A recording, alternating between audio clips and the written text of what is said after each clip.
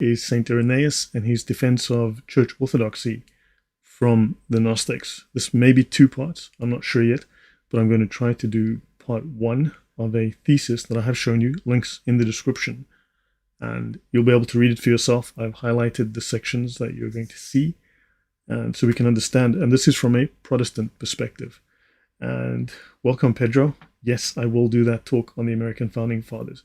I'll have to go it alone. I did ask some people, but yeah, I haven't had a response. XYZ, Christo, welcome. Right, give me a 1 in the chat to let me know that my audio is coming through correctly. Andy the Crimson, hello, what's your comment on Too Many Mirrors when she said scholars don't say what we claim they say? Mal has been playing their words verbatim, and I don't see how one can say they didn't say what they said when we played what they said. I think it just causes great confusion. Give me a second.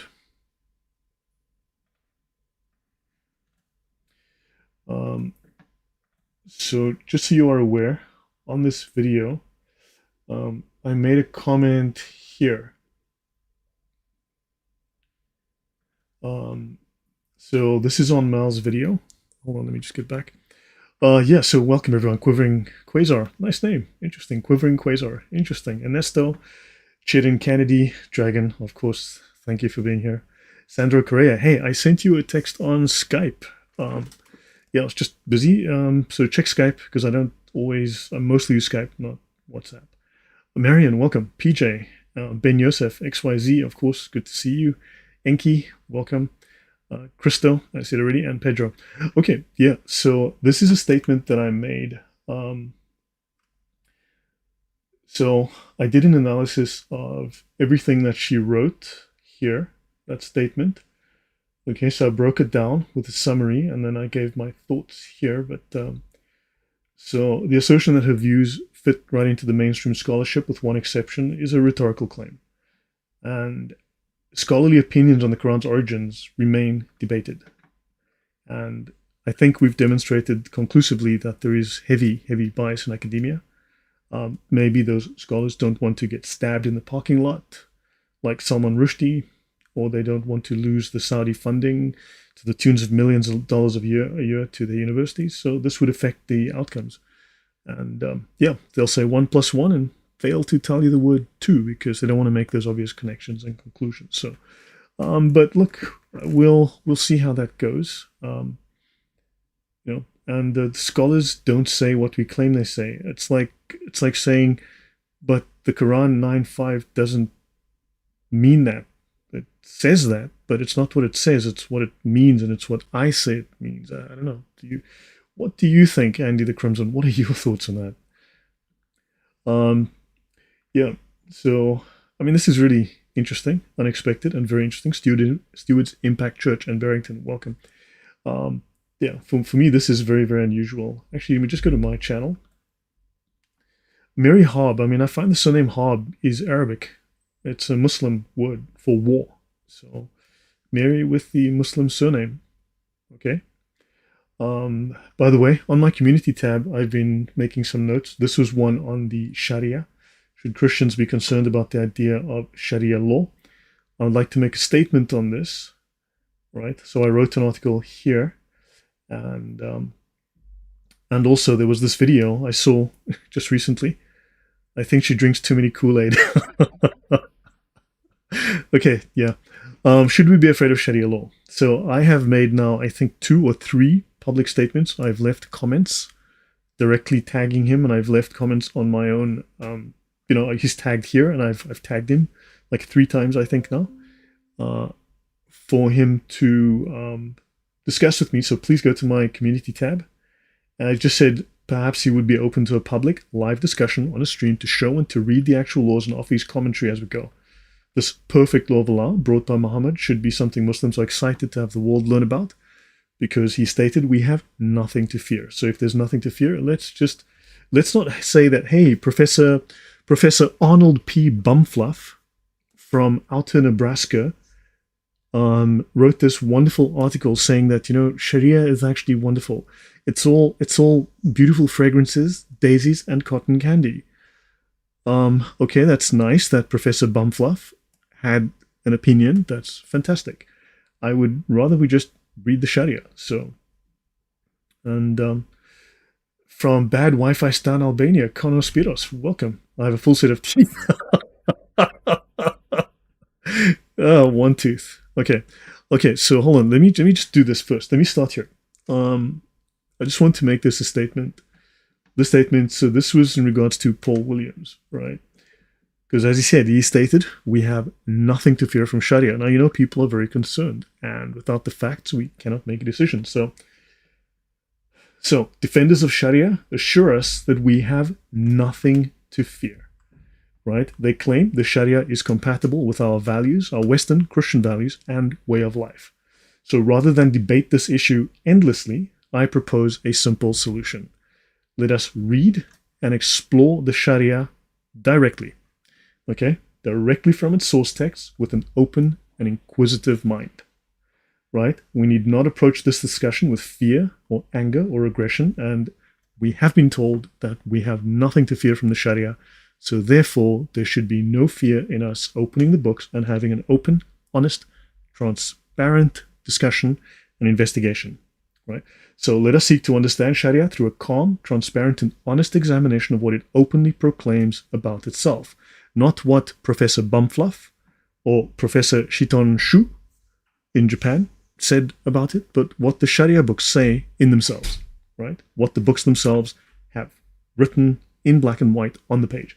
Apologists need not defend or make excuses. The texts speak clearly on their own. So with the Quran, Hadith, and works of Islamic jurisprudence before us, let the words stand on their own merit. So I extend an invitation to all those. I have invited hundreds of Muslims over the last 4 years to meet with me in the same format, just a discussion. We'll just open the books and read it. I will simply present the laws, read them, show them to the public, and they can comment. They can offer their comments. They don't have to be a scholar. They can just give their personal opinion. Professor Bumfluff. Oh, good, James. I knew it was you. I knew it was you. So, and they've all refused. Every single one has refused. I haven't had a single person accept. Okay? So I extend an invitation to those who want to better understand Sharia law. Let us read, explore, and discuss, free of judgment or confrontational rhetoric. Decide for yourself based on a direct encounter with the text if Sharia poses no threat or if it raises concerns in need of address. Are people rightfully in the West concerned about the contents of the Sharia? So we cannot make an informed choice without going to the source. So this is a call to go to the source. This is a call for an honest understanding and openness, not fear. If Sharia is compatible, we have little to lose in discovering why and discussing why. And if concerns arise, we will know precisely how and where to direct our democratic process to mediate them respectfully. Then we can engage with this as a society using the means available to us. So an open, honest, transparent exploration is the only viable path to mutual understanding and respect between our faiths, Christianity and Islam. The texts remain. Now, who will explore them openly and without fear with me? So the light of knowledge need not threaten, only clarify and embolden the truth. And that's it. That's my statement. So if someone can ask Paul Williams, I will put. Actually, you know what? I will make this comment. I will put this later in the comments. And yeah, so this is my open invitation to Paul Williams, and later on I will make this open invitation one by one to others if he turns me down. And if they turn me down, if there's nothing to fear, then that's really a question. So yeah, so hopefully you guys like this. Yeah, so hopefully someone will find someone with quality, someone who's willing to do an honest, calm, transparent, direct, unambiguous discussion of what is written in black and white. Not, as I said, what Professor Bumfluff said in a book discussing. No, let's go read the Sharia laws from the pages directly. Okay, and now on to today's topic. And so your thoughts on this in the chat and in the comments later, please. Right. Michelle. Yeah. Okay. Let me go to where I was. Okay. So this. Okay. So this is pinned in the description down below. right? This is called Apostolicity as a church response to Gnosticism in Irenaeus. So it is about Irenaeus in response to Gnosticism and the appeal to apostolicity. So this occurred as a response to the threat posed, the serious threat to the church posed by the Gnostics and by the heretics that were inspired by the Gnostics. And I guess there was some sort of mutual compatibility there between the two. There'll be amazing discussion and discovery of the truth. Yes, I think there is no need for a hostile debate. It's simply an open discovery. So let's do that. Let's just have an open discussion, frank, transparent discussion. The books exist. The books have been translated into English. And I have an article in the community section again discussing the very, very poorly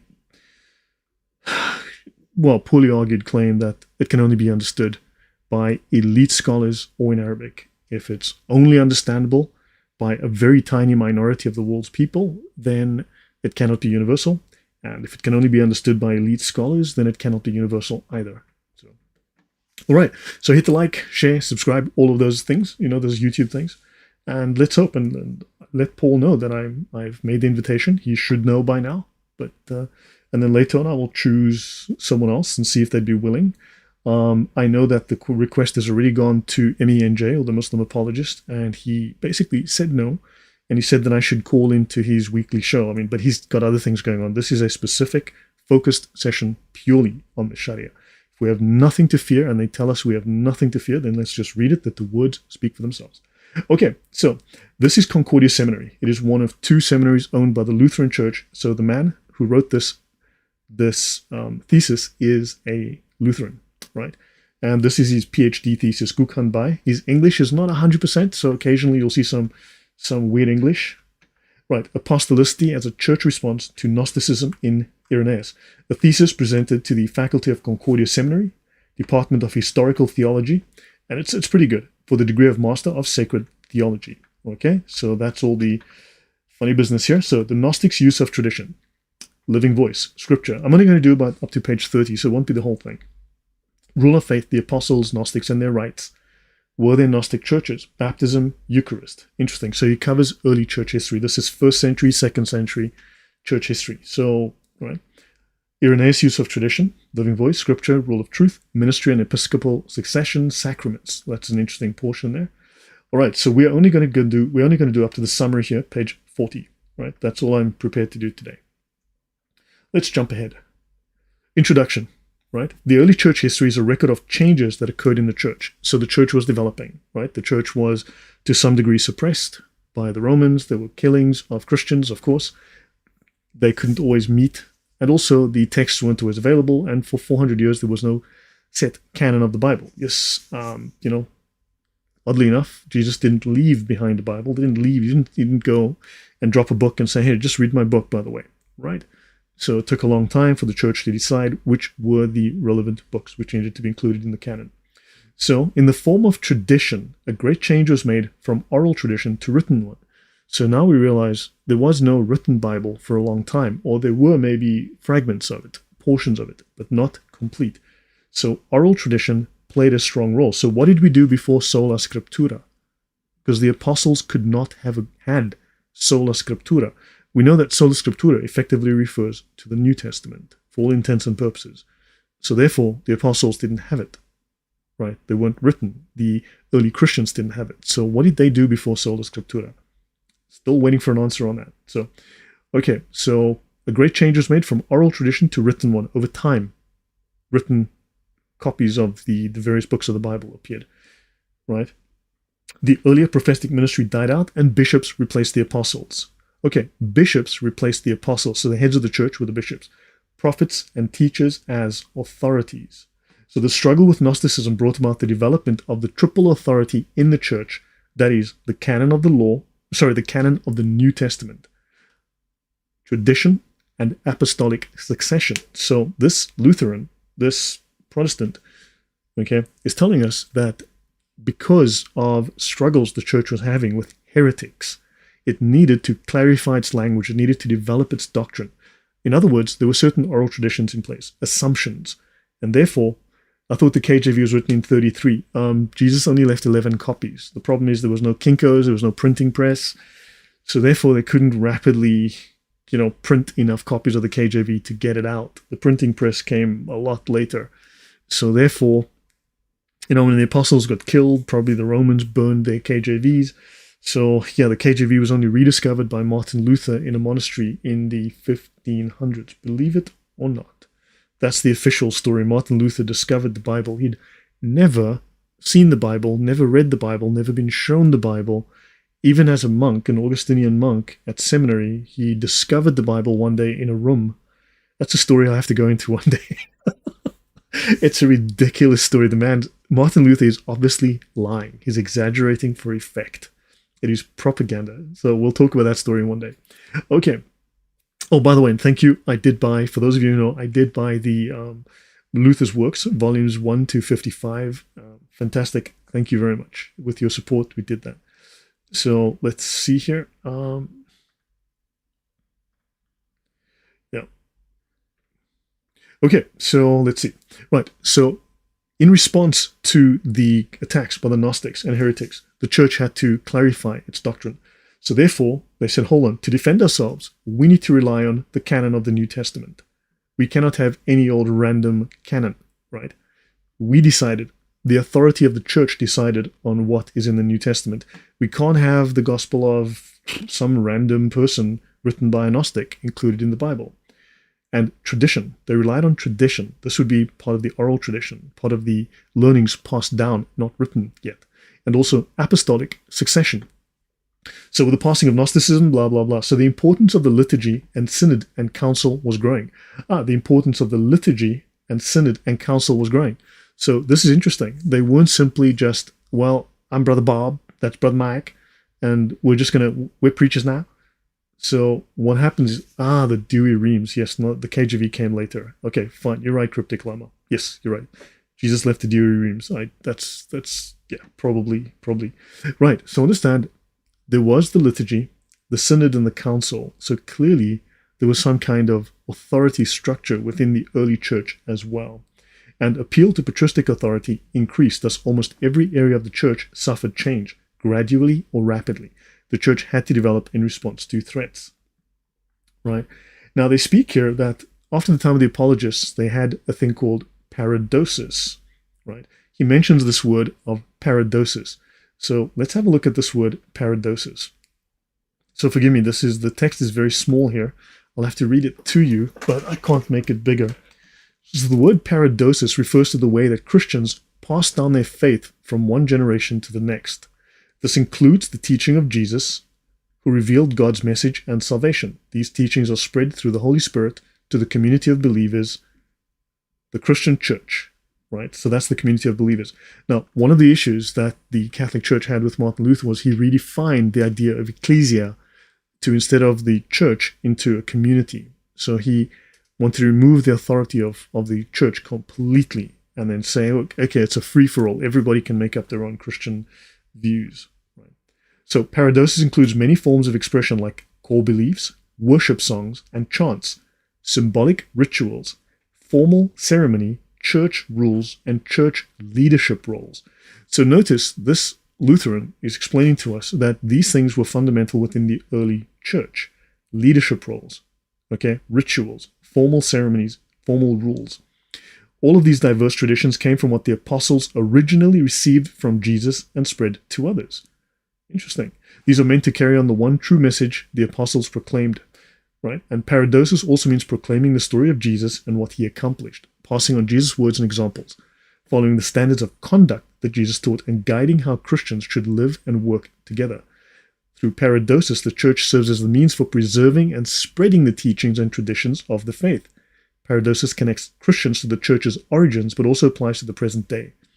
It expresses the saving truth of God's message and gives hope for the future. Notice this is very much reliant on scripture, on doctrine, on faith in Jesus. This is not simply just a bunch of wild rules that you simply have to follow.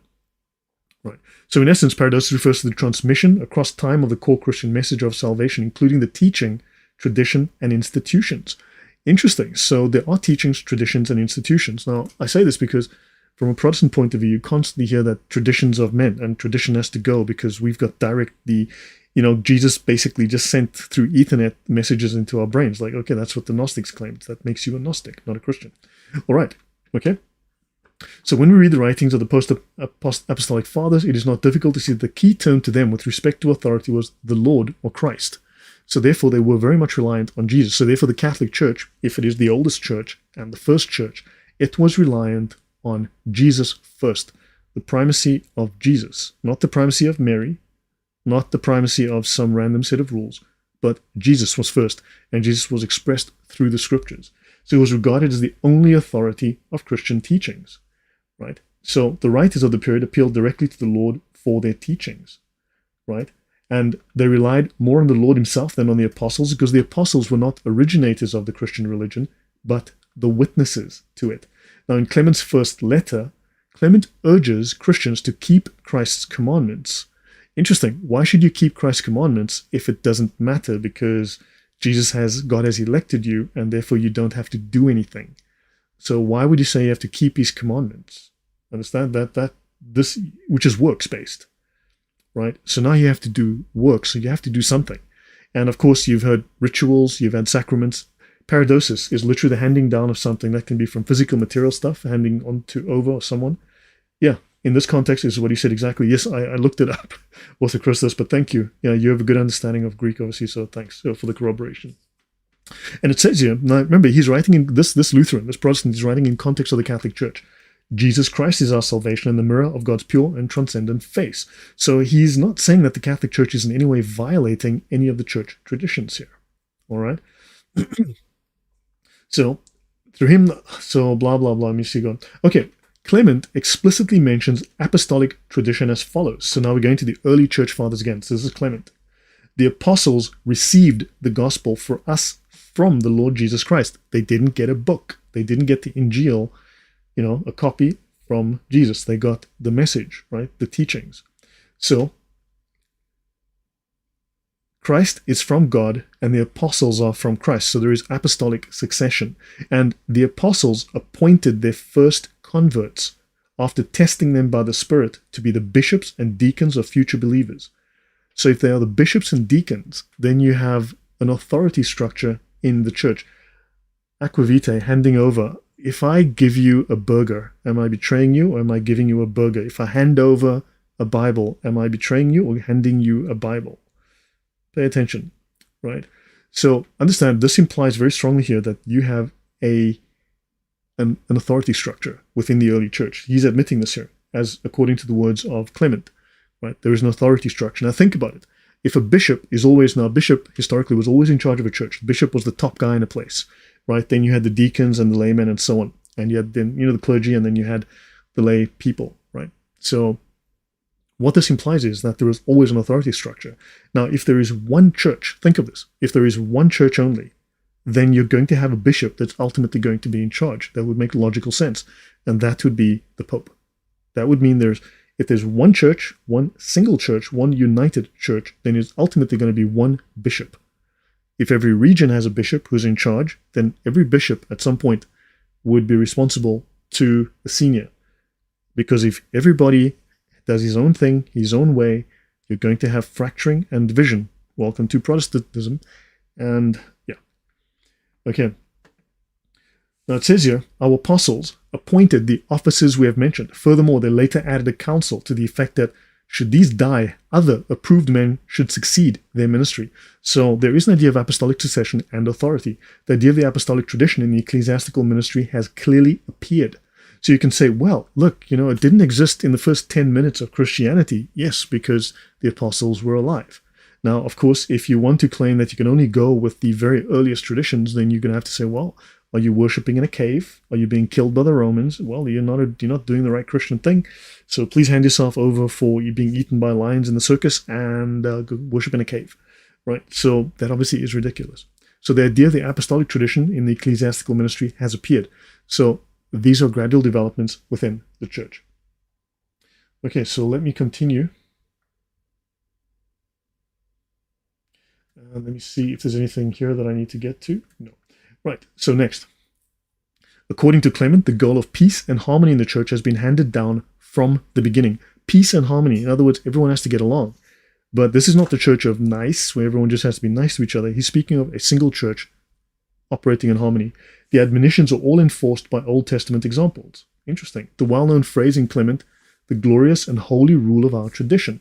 So here's where you're going to start declaring Clement a heretic for following man-made tradition. Okay? Or you have to say, well, this is an early historical example and therefore it has validity, as opposed to 1600 years later where people were making up something of their own. That's when Matthew 18:15 comes in, that Protestants, they can't excommunicate someone out of the church because they could just go to build their own new church down the street. Exactly. That's a fair point. You see the logic, only love. That's a very good point. So nothing but the rule of tradition. Okay, so the glorious and holy rule of nothing but the rule of tradition, which has come down from Old Testament times.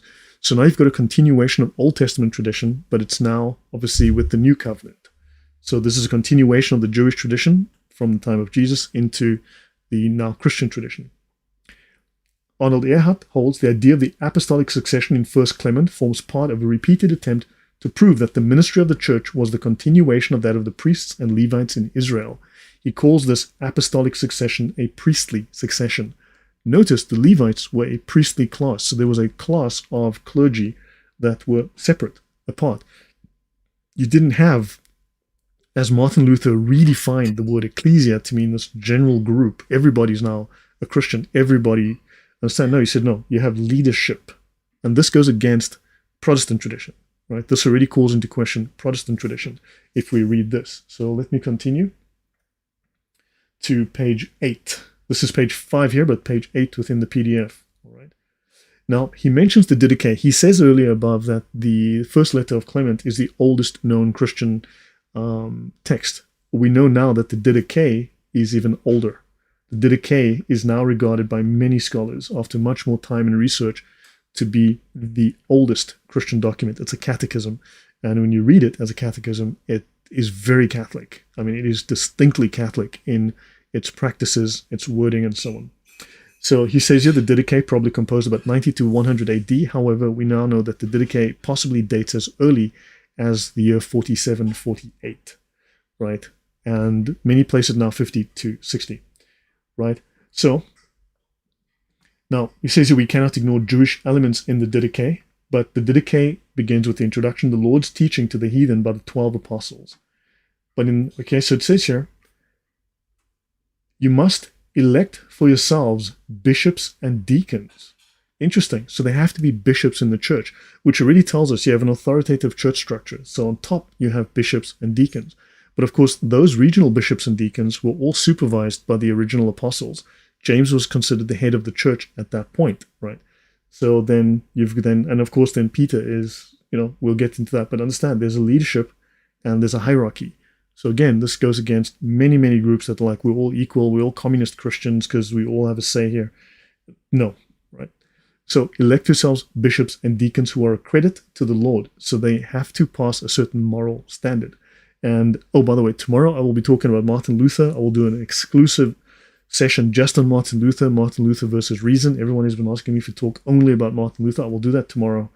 And yeah, I've called it Martin Luther, the clown of reason, because clearly the man was a clown when it came to reason, an absolute clown.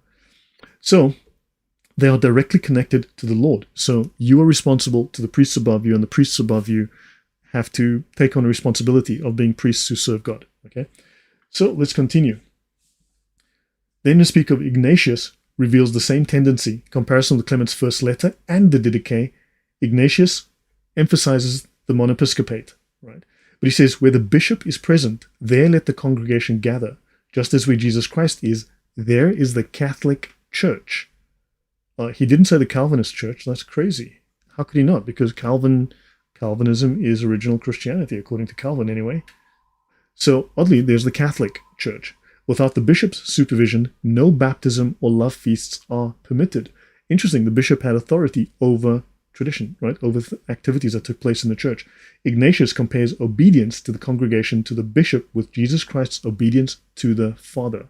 For the Lax Lucifer talk, 7 p.m. tomorrow, same time tomorrow on my channel, same time. So Ignatius, so understand this, again, this goes against this constant Protestant tradition that I keep reading about. We don't follow the traditions of men. I can be my own church. I can be my own interpreter of scripture. Obedience to the bishop guarantees the unity of the church. Therefore, nobody must do anything that has to do with the church without the bishop's approval. What do you guys think of that so far? Nobody must do anything that has to do with the church without the bishop's approval. Well, I'm a bishop now because Jesus spoke to me in my head. That's a common Protestant motive, but that's also exactly what the Gnostics did. Your thoughts on that? I mean, do we then discard this, or do we go, okay, well, those guys don't follow this rule, so is that in violation of early church tradition, and therefore is it questionable? Does it call these practices into doubt? Okay. So, yeah. Okay, let's continue. You're welcome, Stephen Snow. Thank you. Yeah, same time zone as today. Next week my time changes, but for this week I'm still in the same time zone. So Ignatius had a great concern about heresy and suggested the idea of unity in the church, not in the churches. Like, let's all be nice to each other, even though we completely disagree on half our doctrines. He was like, no, there's one church. The church needs to stay together. We have our set doctrine, all right? And which is fully developed later in Irenaeus. So you got Ignatius developing doctrine that Irenaeus later fully develops and as full church doctrine. Right. Polycarp, Bishop of Smyrna, and a connection link from the Apostolic age to the sub-Apostolic age. Okay, so he doesn't make mention of it, but they had no need to, I would think. So as this guy, we can find a foreshadowing of the later developments of the idea of apostolic tradition. Paul, according to Polycarp, personally taught the men of his time in Philippi the word of truth and laid it down in letters so that they may grow in faith delivered to them. Okay, so there's a foreshadowing of the later development of the idea of apostolic tradition. Let me see. I didn't miss any comments, right? Here, the faith delivered means the whole of Christian doctrine which is taught and handed down by the apostles. Now, hold on. Again, we're talking tradition passed down by word of mouth. Now, of course, Paul wrote letters, but we also know he visited these churches. Not everything he said was written down. So he had things that were written and there were things that were spoken. So they were following tradition. They didn't have these Dewey Reams or KJVs. There weren't a lot of them, right? Paul kept his own copy, didn't share it with others, right? He'd do the reading on a Sunday, open his Bible, but otherwise he didn't share it, and therefore there was no Bible at the time. So how could they be doing sola scriptura? The sola scriptura argument, when I look at it, it absolutely falls apart. There is no basis whatsoever in logic, history, in just practicality for sola scriptura.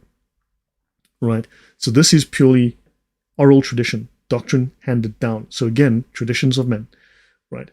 So he says here, the faith delivered means the whole of Christian doctrine which is taught and handed down by the apostles. This faith is for Polycarp a mother of us all and goes back to the apostles. Excellent. Right?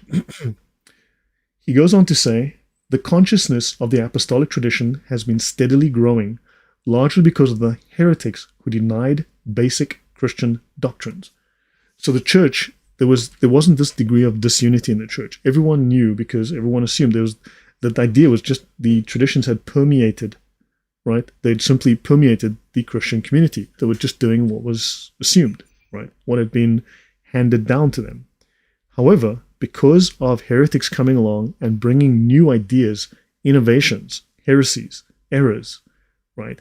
Contradicting established church tradition, they had to go, hold on, what are our arguments against these Gnostics and against these heretics? What do we stand on? Ortho Christus says, you are steadily but surely treading down the centuries-old debate, Pope or synodal church, not Protestant chaos, of course. Yeah, no, it's pretty, yeah. Well, I mean, look, if this is the early church, then this would be the case, okay? Only Love says that's 2 Thessalonians 2:15, written in oral traditions, handed down. Yes, Only Love, thank you.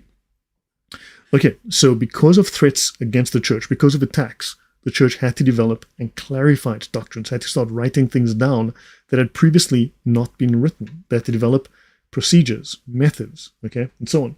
Justin, circa 100 to 165, considers the apostolicity of the Christian teaching as an indisputable authority.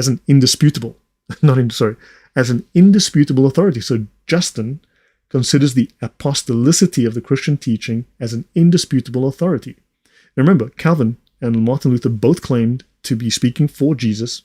Luther claimed to be speaking directly for Jesus. Jesus was like just talking through his mouth. And Calvin made the flat-out claim that his teachings was apostolic to the core. First century, much more so than the Catholic Church. Of course, Mr. John Calvin didn't know what he was talking about. Okay, so in the first apology, the apostles handed down the prophecies about Jesus to the Gentiles and handed down what they received about the Eucharist.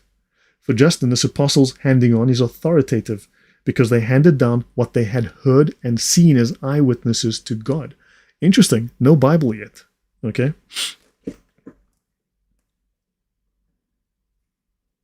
All right, so in this sense, the 12 apostles seem to have been important for Justin.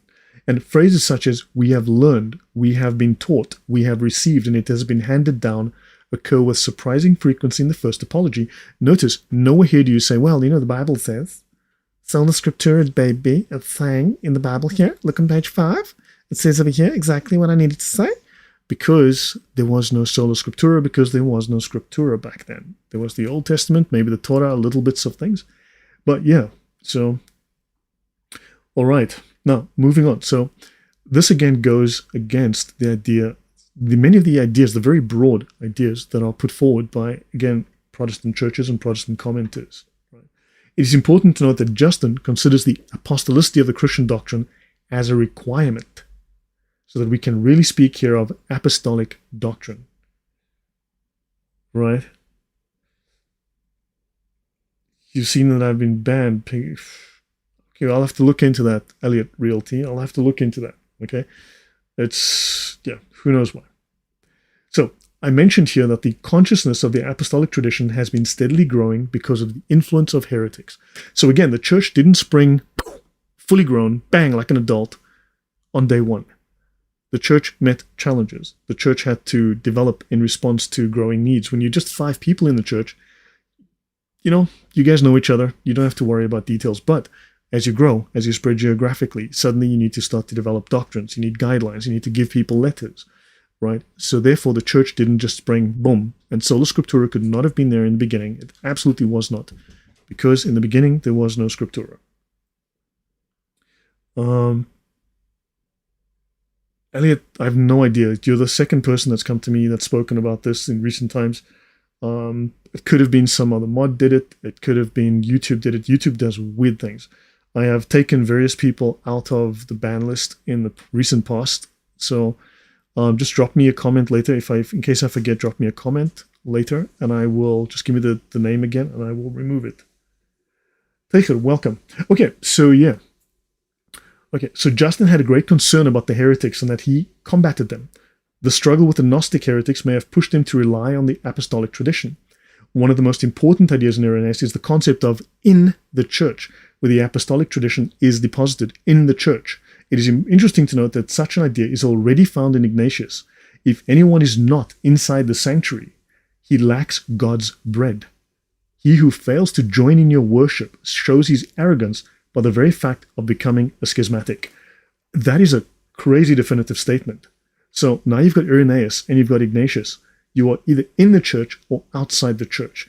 And if you fail to worship the way that the apostles are doing, that the early church is doing, you are schismatic.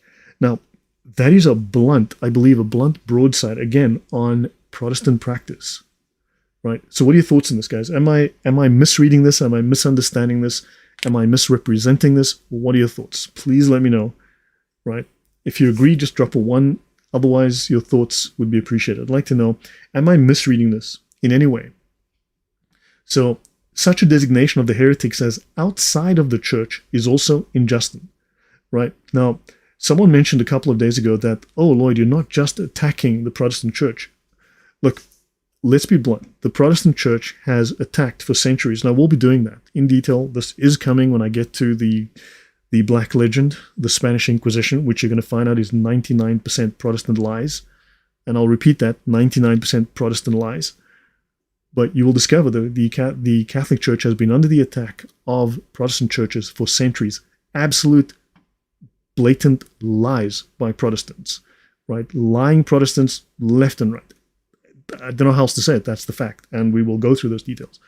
But also, sorry, I lost my point there. But anyway, so if Protestants today would stop lying about Catholics, because the only reason I found out about this stuff, because I kept seeing Protestant commenters blatantly lie in the comments. They would say things, I'd go check them, and I'd discover they're wrong. And when I'd correct them, they would not apologize for their errors. They would just compound these errors by just doubling down.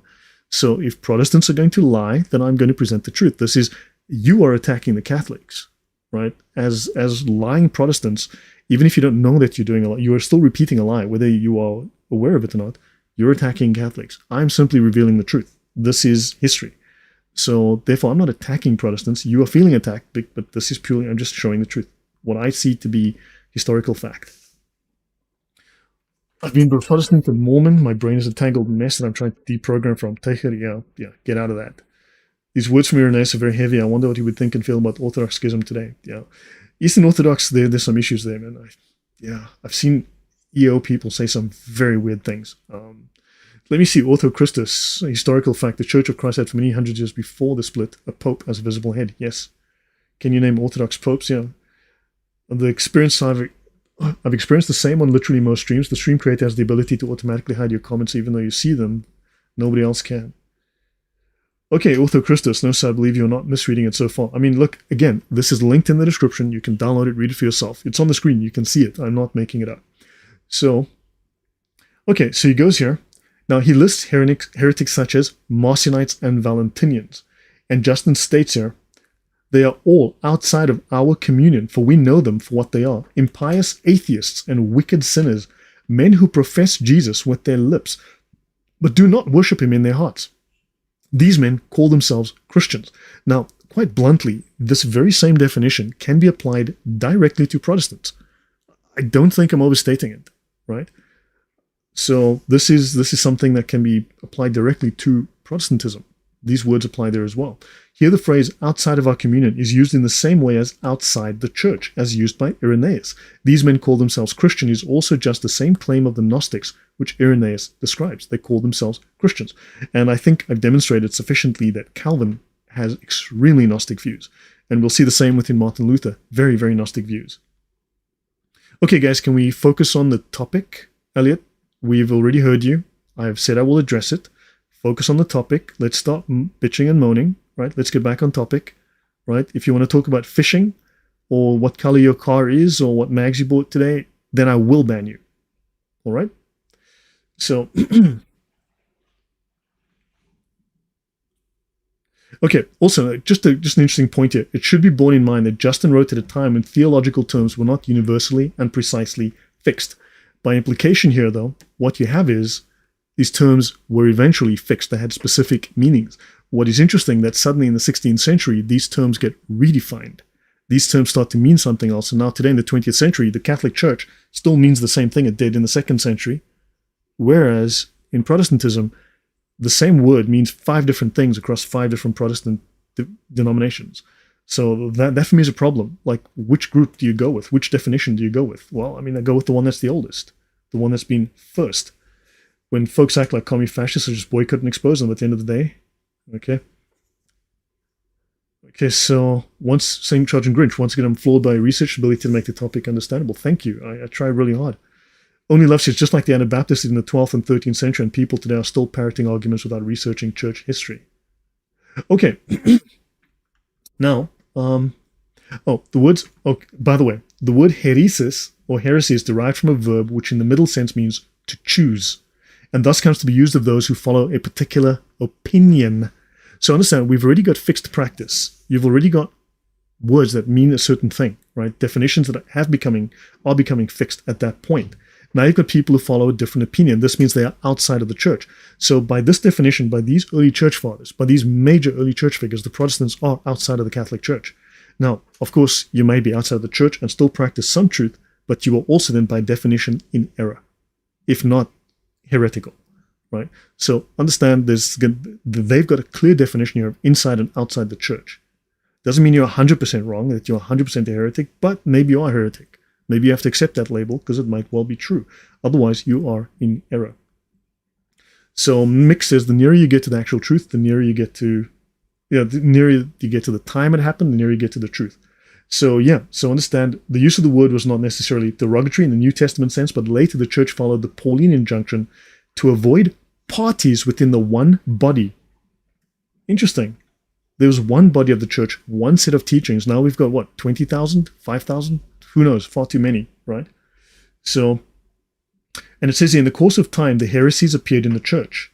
Hegesippus states, right, the generation of those privileged to listen with their own ears to the divine wisdom had passed on.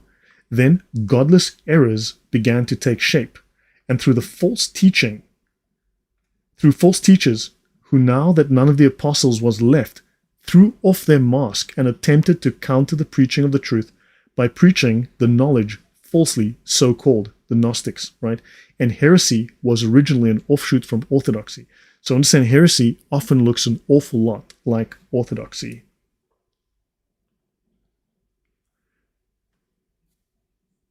All right, so Walter Bauer, the Bauer thesis, man, I got to do a talk on this guy one day.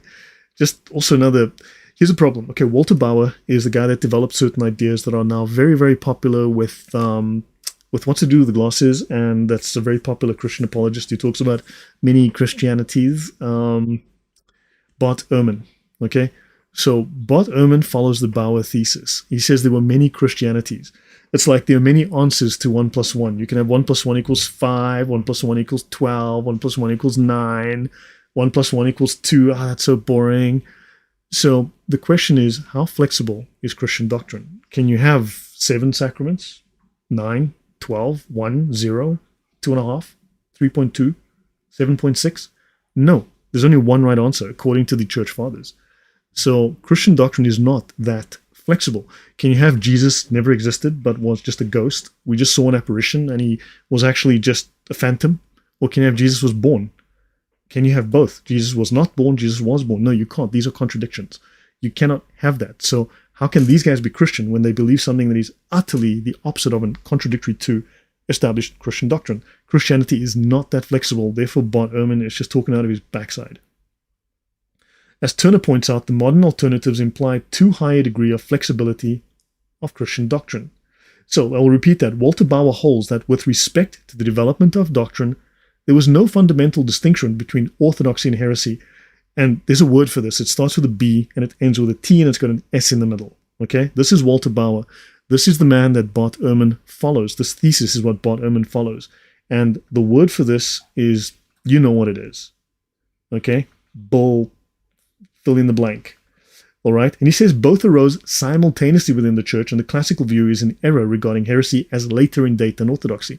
The fascinating thing is that Walter Bauer starts quoting only sources from the 2nd century. So he ignores the 1st century. I wonder why. Probably convenience. Turner points out the modern alternatives imply too high a degree of flexibility of Christian doctrine. Christian doctrine is not that flexible. Didn't I say that Bauer was friend of Karl Marx? I believe he might have been. I don't know if it's this Bauer, but very possibly, yeah, very probably, if I recall, friend of Karl Marx. Yeah, Karl Marx, Satanist. Okay, so understand, this is a serious issue. This is a major, major issue with Bart Ehrman's ideas. So the fathers' writings show clear-cut differences between orthodoxy and heresy and always warn against the heretics who held different opinions from the other church. In this thesis, the heretics are the Gnostics. So here you go. The church fathers clearly show, and they are railing against this idea of these heretics, they're not us. These are Gnostics. We are this, they are that. Here you've got Walter Bauer going, well, it's very hard to tell the difference, This one is chocolate cake. This one's a brick. This one is dog poo. We can't tell the difference. It's very, very hard. Very difficult. I can't. Can you? Walter Bauer. Yeah. You figure it out for yourself. Left a comment to the email to send you some info about Our Lady of Too Many Clown Noses. Can you leave your email in the chat? Oh, yeah. Okay, James. Yeah, give me a moment and I'll get around to just remind me towards the end. Too many clown noses, yeah.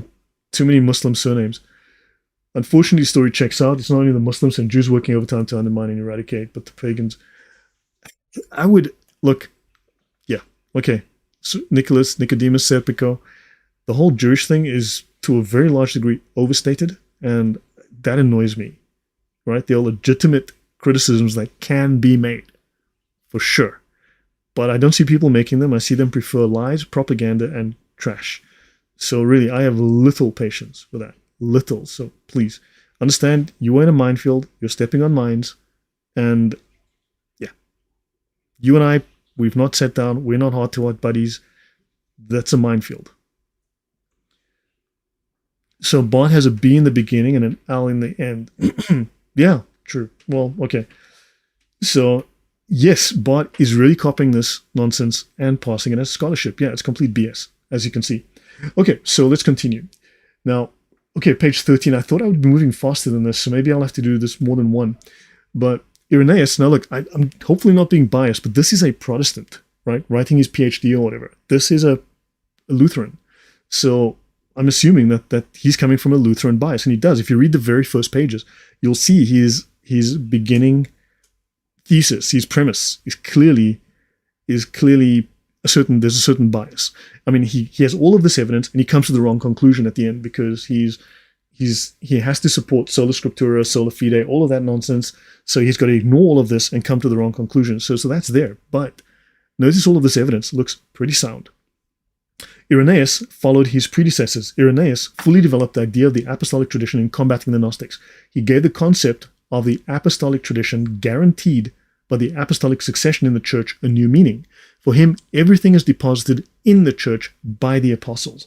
Therefore, the apostolic tradition is found only in the church. There is no tradition outside the church. So by this clear definition, Irenaeus is saying if you're a Protestant, you're not in the church. You're not even a proper Christian, right?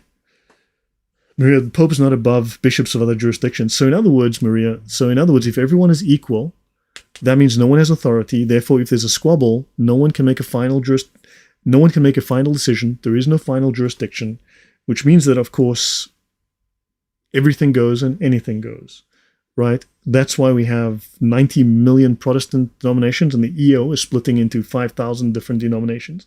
And the Anglican Church is itself now splitting into dozens of different denominations.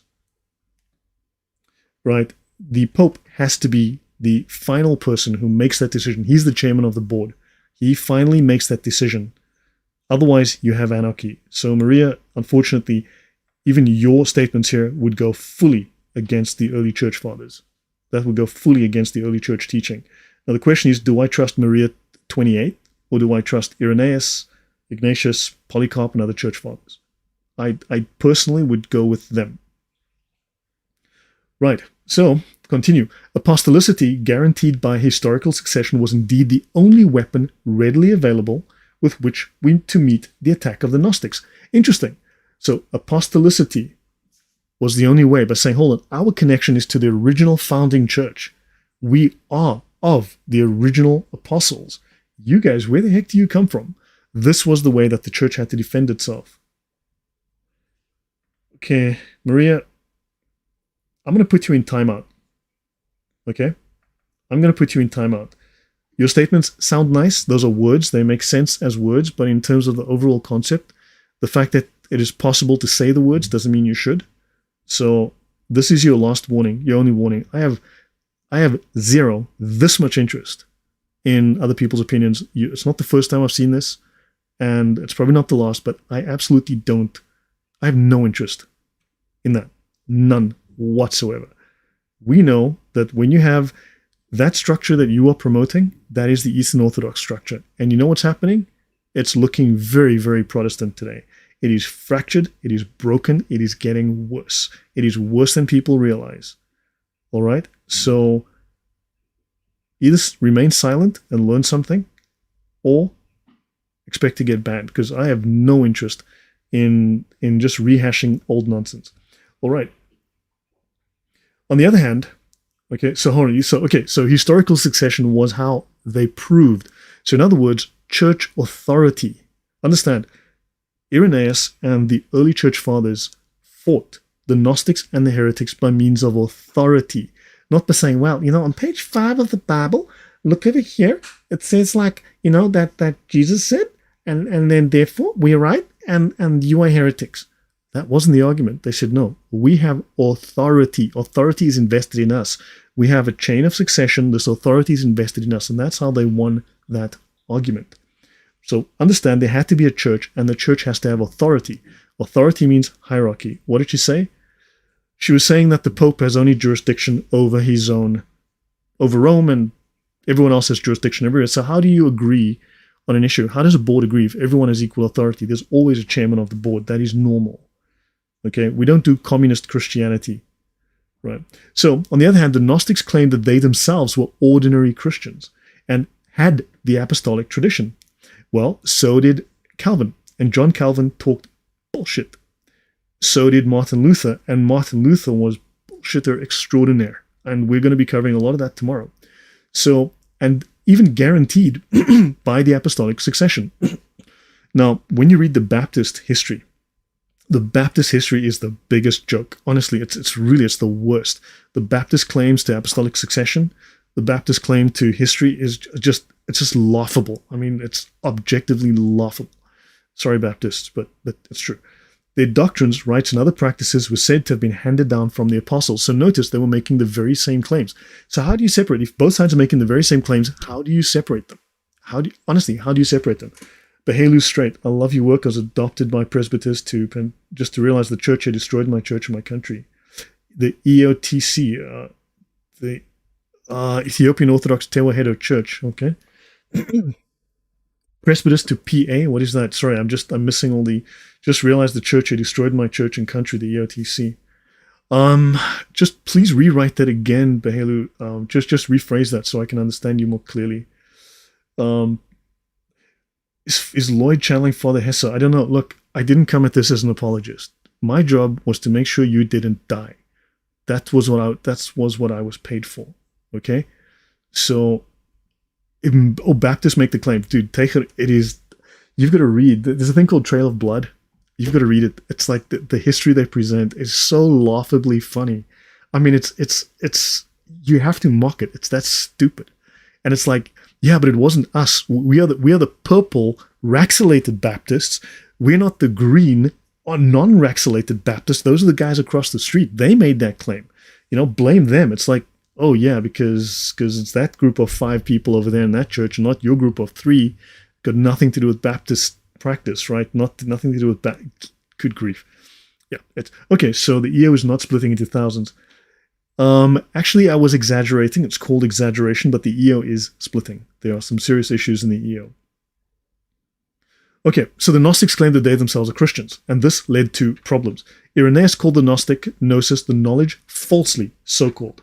Okay, so let me continue. So the Gnostics' use of the concepts of living voice, scripture, rule of faith, and churchly rites as apostolic tradition. So this thesis has 3 chapters. The Gnostics' use of the concepts of living voice, scripture, and rule of faith, and churchly rites as apostolic tradition. Here you will see the Gnostics claim that they were also Christians. Now notice living voice. Now, something to add here. We'll get to what he says later. But what you have is living voice means the Bible's a living document. It doesn't mean it's still alive, it's still breathing. It means, well, it has to adapt and change with modern conditions. Like we have to gay all the things now. As you know, it's very important to gay all the things. So you know what? We have to maybe change a few words in the Bible to gay all the things. Let's just gay all the things, because that's the cool thing to do. That's the cool thing. No, it's not. Understand? So this gave them license to make changes. This gave them license to alter traditions, to alter orthodoxy, to alter what was established. So yes, so I used to be a Baptist. They taught me that they weren't prots, that their church went back to the 1st century. Yes, one day as I have time, I'll get around to all of that. It's hysterically funny. I mean, how can you believe it? It's obviously nonsense. So, okay, so the Gnostics appeal to apostolic tradition. So let me continue. Right, the Gnostic use of tradition. Eusebius, the church historian, summarizes a statement of Hegesippus concerning the Gnostic heretics at that time. He says, godless error began to take shape through the deceit of false teachers who, now that none of the apostles was left, threw off the mask and attempted to counter the preaching of the truth by preaching the knowledge falsely so-called. Hegesippus is 2nd century, suggests that the Gnostics used the apostles even though they put on a mask. The Gnostics of that time called themselves ordinary church people. They spoke the same words as the church and appealed to the apostolic tradition just like the Orthodox did. Einar Mollen therefore holds that it is not the Catholic bishop who appeals from scripture to tradition, but but his Gnostic adversaries. So it may well be that the Gnostics themselves utilized the argument of tradition and apostolic succession first to give themselves a false authority. So they thought they were in the church and claimed that their tradition was the genuine one, which they secretly received from the Lord. They used scripture and seemed to have used some type of the rule of faith. They also had meetings and administered sacraments. Okay, fascinating. So at least in that sense, and we'll learn more about the sacraments administered by heretics, they were copying the Catholic sacraments. They weren't copying the, Anabaptist sacraments. They were administering Catholic sacraments, which means they were copying the Catholic Church. So the Zionists are hunting true Orthodoxy. Now, I know this might be controversial. Look, can we stick to Sabahelu? Can we stick to the topic? Okay, because 99.99% of the time when I see people use the word Zionists, they're either lying or repeating lies or have an agenda to lie. So let's not go there. Okay, I have roughly no interest in dealing with that. So I've just seen too many lies no, not interested.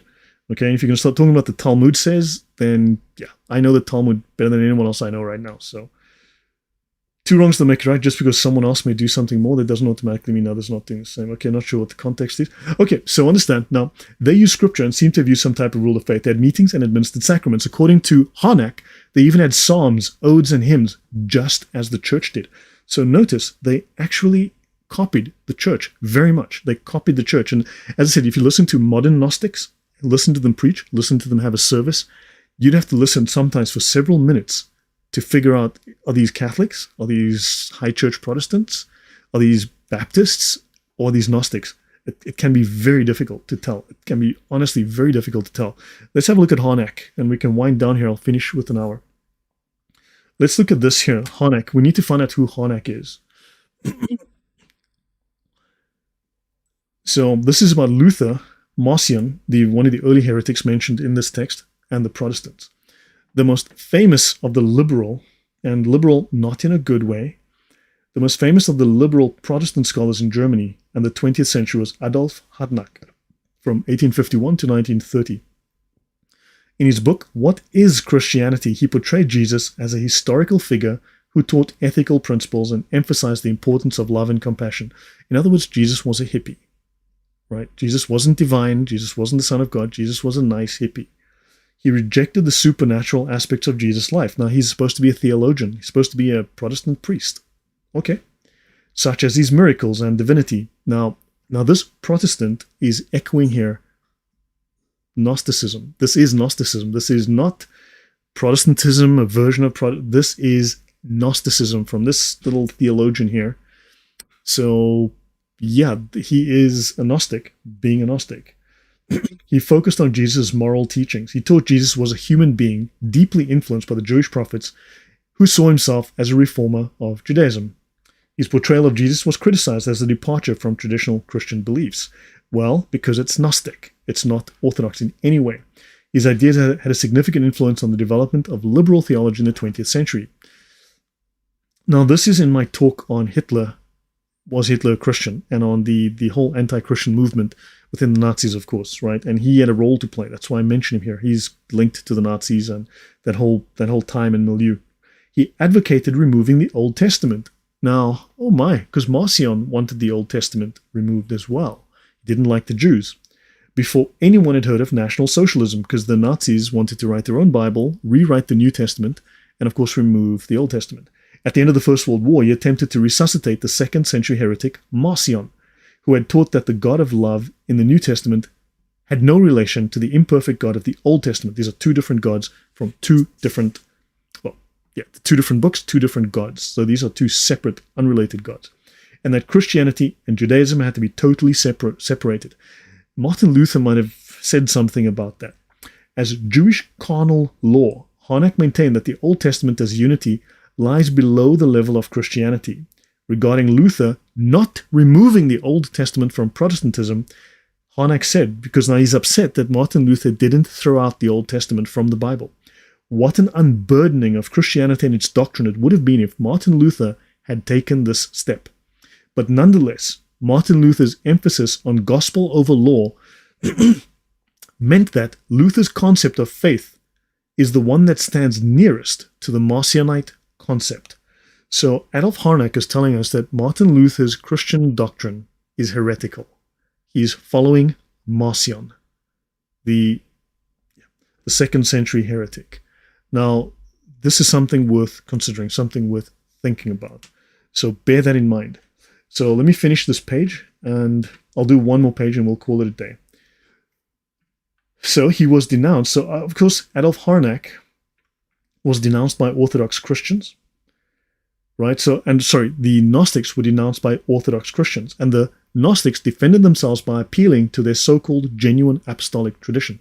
Now, think about this. Do you think Adolf Harnack said, yes, I'm a Gnostic, I'm a heretic, yeah, I'm a big lying heretic Gnostic? Or do you think he said, well, we are like the proper Christians, and that New Old Testament, get rid of that stuff, those Jews, get rid of them, change the Bible, because sola scriptura, right? Sola scriptura. So let's edit the Bible. Let's get rid of half the Bible because sola scriptura. And so do you understand the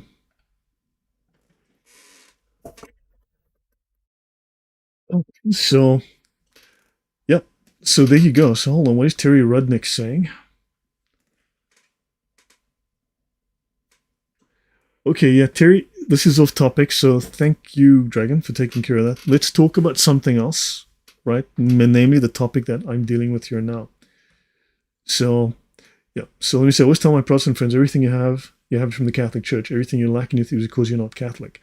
Yeah, so fair. So guys, what do you think of this so far? I mean, Adolf Harnack's not going to go around and say, yeah, I'm a Gnostic, right? He's going to say, no, I'm a legitimate Christian. And so when the Orthodox denounced the heretics claimed that they were genuinely within the apostolic tradition.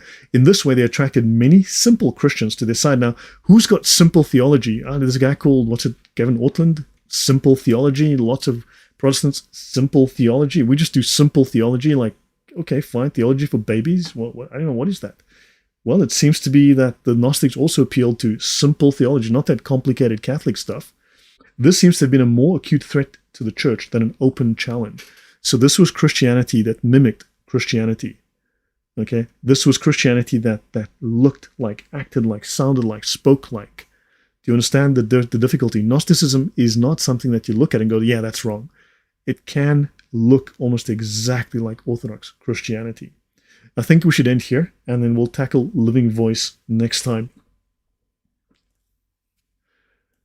That is true. So look, when you ask non-related questions, it just puts, guys have spoken about what car they're going to buy and what color it's going to be and what mags they're going to put on. Like, okay, that's got nothing to do with my conversation here.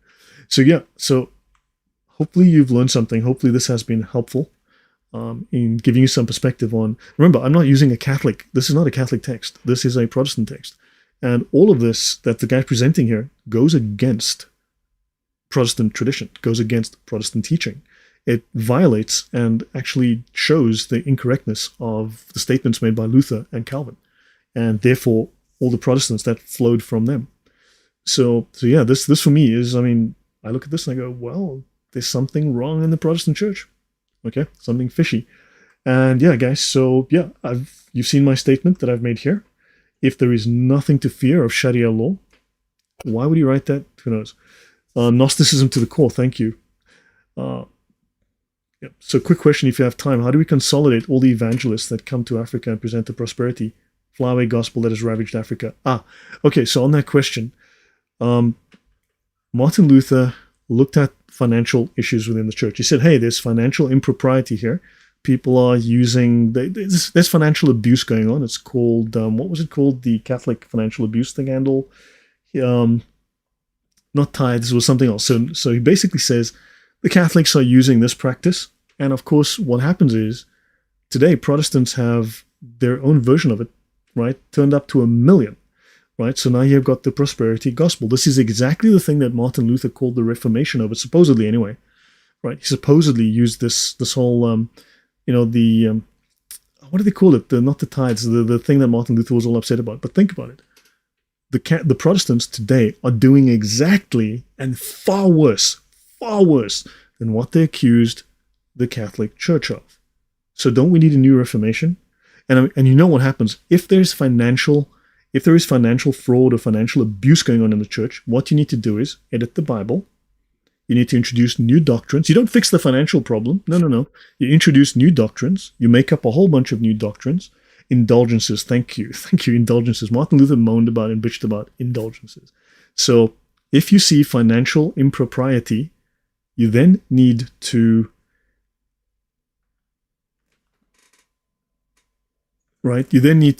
introduce brand new doctrines and tear down the whole church because you just want to fix indulgences, right? So the Mormon church has amassed 150 billion. So yeah, so I think we then need to tear down the entire Protestant movement because they are doing indulgences today. Okay? Terry Rudnick, you're not as smart as you think. Okay? We all understand people use the same vocabulary. They have completely different dictionaries. People have very different dictionaries that mean very different things. We need to agree on terms. And no two non-Catholic groups agree on terms that mean the same. The word faith means something completely different depending who you ask, right? Basic things mean different things. And when you've got 15 different Protestant denominations that mean 15 different things, where do you stand? You go to the Catholic Church, they mean one thing and it says one thing and that's what it means and it's meant that for thousands of years. So that kind of works for me, right? Okay, so I will call it today. So guys, thanks. So yeah, if Paul Williams is open to having this discussion, this fair, open, friendly, transparent, honest discussion, because we have nothing to fear, that would be great. So guys, I think I should call it a night here. It's been an hour and 10 minutes, but let me read the comments. Oh, and I owe someone an email address. Let me take care of that right now. Let me do that. Give me a second.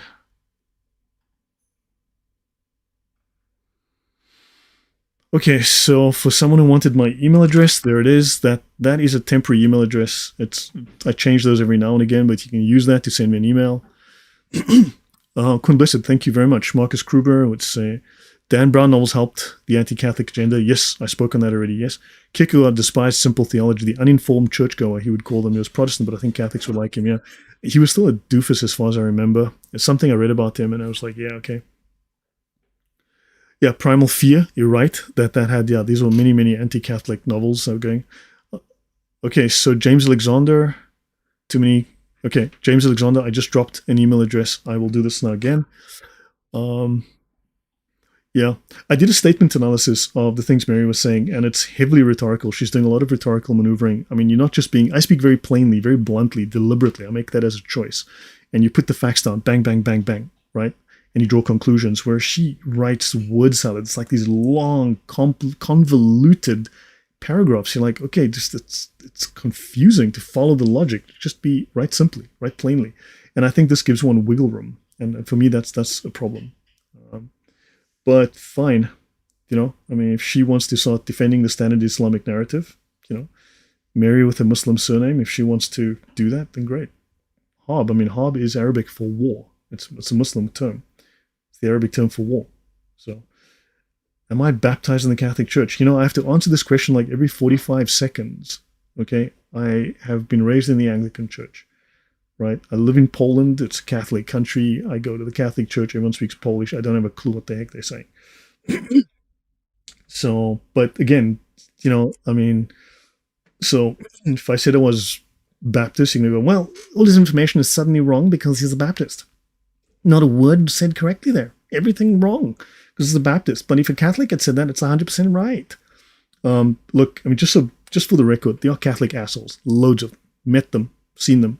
Are they Protestant assholes? For sure. Okay? So, yeah, but excuse my plain speech, but I've met a few and it hasn't left me impressed. So, my cousin is vicar. I have a bishop. I'll raise you a vicar and I'll see you a bishop. Tomorrow is my next live, guys. I'll be doing Martin Luther. Actually, let me go there. Let me just show it to you.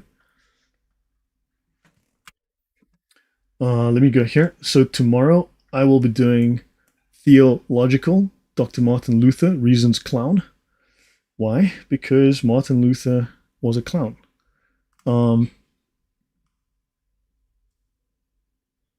So yeah, we will be looking at that. So that's for tomorrow.